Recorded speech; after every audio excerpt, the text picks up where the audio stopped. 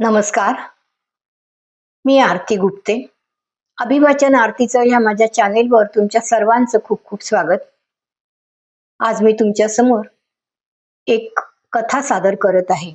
आजच्या लेखिका आहेत सौ तृप्ती देव आणि कथेचं शीर्षक आहे एक साधं कौतुक. पण त्यापूर्वी आपली नेहमीची सूचना, जर व्हिडिओ आणि कथा आवडल्यास तिथेच YouTube वरतीच लाईकचं बटन जरूर प्रेस करा. कारण पुष्कळ जण मला व्हॉट्सॲपवर कळवतात, फोन करून कळवतात किंवा मेसेंजरवर लिहितात की आम्हाला व्हिडिओ कथा खूप आवडली, पण प्रत्यक्ष तिथे लाईक कमी असतात कारण का ते YouTube वरती लाईकचं बटन प्रेस करायला विसरतात. तर प्लीज लाईकचं बटन जरूर प्रेस करा आणि YouTubeच्याच कॉमेंट सेक्शनवर कॉमेंट लिहायला विसरू नका, कारण मी त्यांची वाट बघत असते. तसंच काही कारणाने सबस्क्राईब करायचं राहिलं असलं किंवा अजून चॅनेलला नवीन असाल तर जरूर सबस्क्राईब करा. तर ऐकूया आपण. आजच्या लेखिका आहेत सौ तृप्ती देव आणि कथेचं शीर्षक आहे एक साधं कौतुक. एक साधं कौतुक, जादुई शब्द. अगं सुनबाई, तांदूळ थोडे कमी घे, कालचा भात उरलाय अजून, सासूबाई म्हणाल्या. ओट्यावर भांडी आहेत, ती पण लावून ठेव. हो आई, लक्षात ठेवलंय, सुनबाईंनी सौम्य हसून उत्तर दिलं. ती अजूनही स्वयंपाकघरात फुरसतीनं स्थिरावत नव्हती. 4 महिन्यापूर्वी लग्न झालं होतं. नवीन घर, नवीन माणसं आणि ह्या सगळ्यांच्या सवयी समजून घेताना ती आपल्याच विचारात हरवून जात होती. सकाळी उठल्यापासून रात्री झोपेपर्यंत ती स्वतःसाठी थांबत नसे. स्वयंपाक, आवराआवरी, सासू सासऱ्यांचं वेळेवरचं जेवण, नवऱ्याची तयारी, सगळं सुरळीतपणे व्हावं म्हणून ती धडपडत राहायची. पण ह्या सगळ्यामध्ये एक गोष्ट कायम जाणवत राहायची. कोणीच तिचं कौतुक करत नव्हतं. नवीन जबाबदाऱ्या, नवीन घर, सगळं व्यवस्थित सांभाळायचा प्रयत्न करत होती. तिच्यासाठी सगळंच नवीन. पण त्या दिवशी सकाळी चहा करताना गॅस जवळ उभी असताना तिला आईच्या शब्दांची आठवण झाली. आई म्हणाली, मुली, घरच्यांचं कौतुक शोधायचं नसतं, स्वतःचं समाधान महत्वाचं. ती हसली, पण मनात काहीतरी चुटपुटत राहिलं. तितक्यात सासूबाई मागून आल्या आणि म्हणाल्या, सुनबाई, कालची आमटी अगदी छान झाली होती. मी म्हटलं सांगावं जरा. सुनबाईचे डोळे क्षणभर विस्फारले. म्हणजे खरंच? हो ग, हलकीशी तिखट पण मस्त, अगदी माझ्या आईसारखी चव होती. तुझ्या हाताला चव आहे. तुझी आई पण सुगरणच आहे ना? ती काही बोलली नाही, फक्त गालातलं हसू लपवत राहिली. पहिल्यांदा, एवढ्या दिवसात पहिल्यांदा कोणीतरी तिच्या केलेल्या गोष्टीचं कौतुक केलं होतं. त्या एका वाक्याने तिला काहीतरी शिकवलं. माझं काम कुणीच ओळखत नाही ही तक्रार एका क्षणात विरून गेली.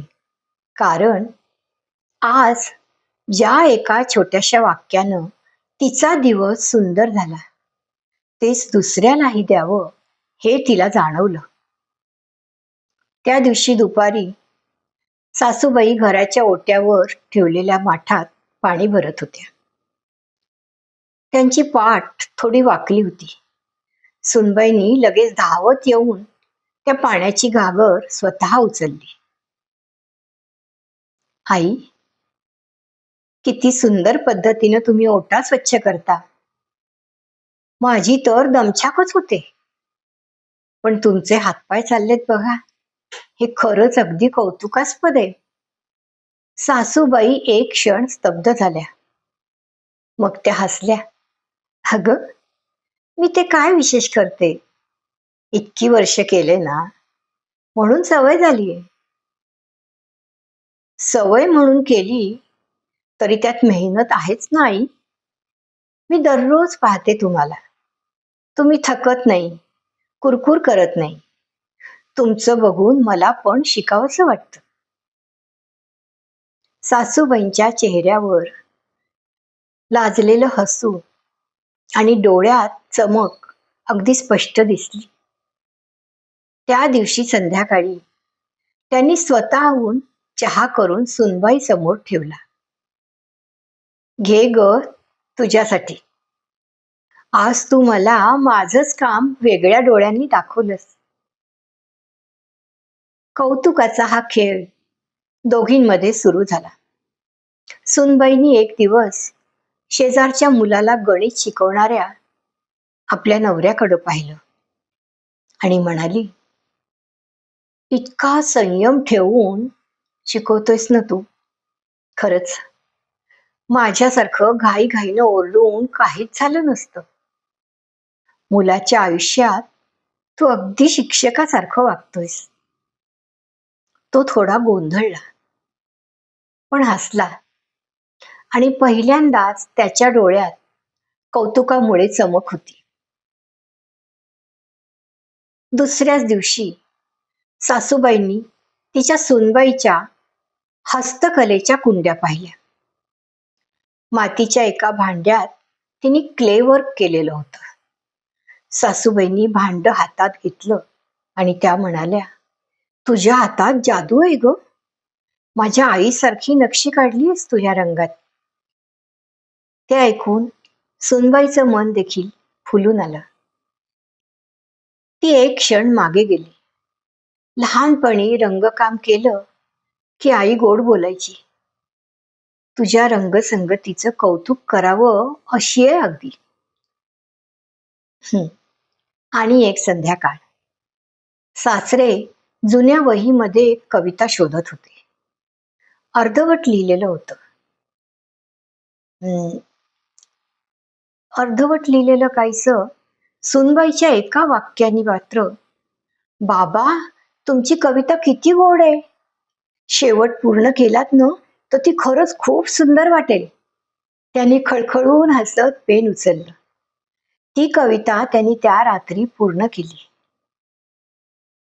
हळूहळू घरामध्ये एक नवीन वळण आलं होतं.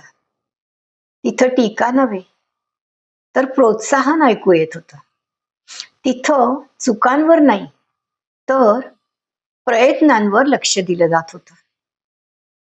तिथं प्रत्येक वाक्यात मी सांगितलं होतं ह्याऐवजी मस्त केलं असं ऐकायला यायचं. घरामध्ये एक नवीन वळण आलं होतं. घरातलं वातावरण जरा जास्त जिव्हाळ्याचं झालं होतं. एका संध्याकाळी दोघी गच्चीत बसल्या होत्या. सायंकाळी गुलाबी ऊन आणि गार वारा. सासूबाई म्हणाल्या, सुनबाई मी तुला एक गोष्ट सांगू का? सांगा ना आई, ती म्हणाली. मी लग्न होऊन ह्या घरात जेव्हा आले ना तेव्हा तुझी आजी सासू म्हणजे माझ्या सासूबाई फारच कठोर होत्या. मी काहीही केलं तरी ते कधीच योग्य नाही वाटलं त्यांना. मी कितीदा आमटी चांगली केली, घर स्वच्छ ठेवलं, सण सजवले, पण कधीच त्यांनी एक शब्दही कौतुकाचा नाही म्हटला. मग तुम्ही काही बोलला नाही त्यांना? नाही ग. तेव्हा ना असं वाटायचं की आपलं काम हे आपलं कर्तव्यच आहे, त्याचं कौतुक नको. पण आताशा वाटतं त्या जर एकदाच म्हटल्या असत्या ना, छान केले ग, तर माझ्या थकव्यात जरा जीव आला असता. सुनबाई शांत झाली. सासूबाई पुढे म्हणाल्या, त्यामुळेच मी अगदी ठरवून टाकलं की मी माझ्या सुनेचं कौतुक करणार. कारण कौतुक हा शब्द नाही तर तो आधार आहे. हक्काचं असावं पण अचानक मिळालं ना की अगदी जास्त गोड लागतं ग. त्या रात्री सुनबाईनं आपल्या डायरीत लिहिलं, कौतुक ही भावना नसून ती संस्कृती आहे.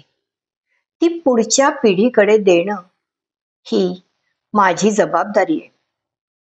काही दिवसांनी शेजारच्या वहिनी त्यांच्या मुलीला घेऊन आल्या.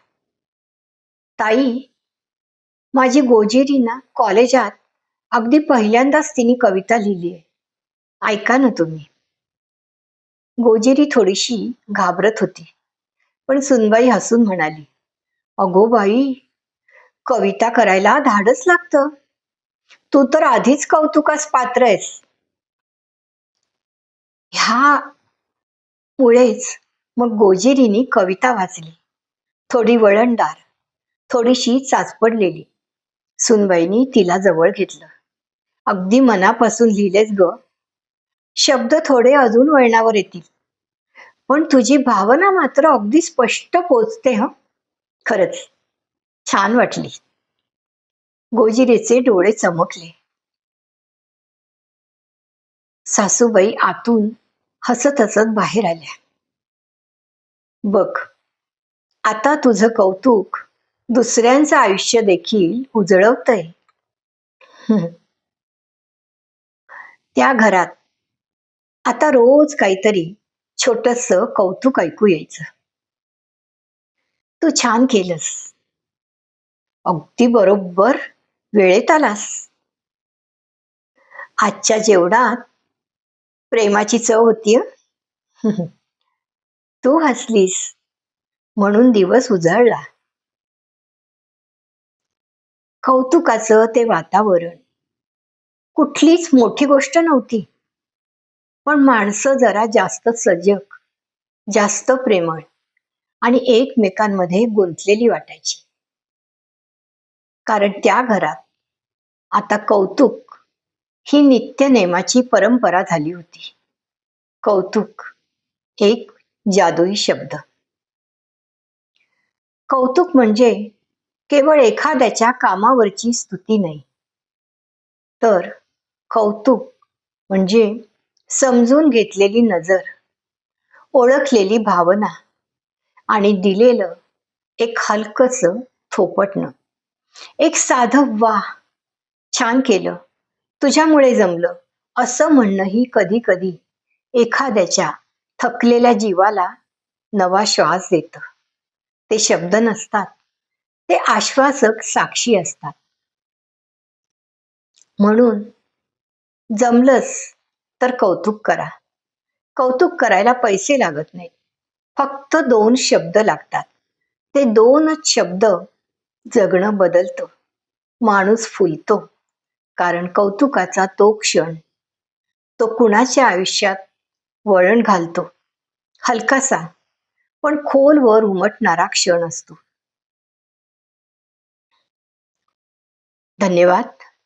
लेखिका आहेत सौ तृप्ती देव आणि सादर करती आरती गुप्ते.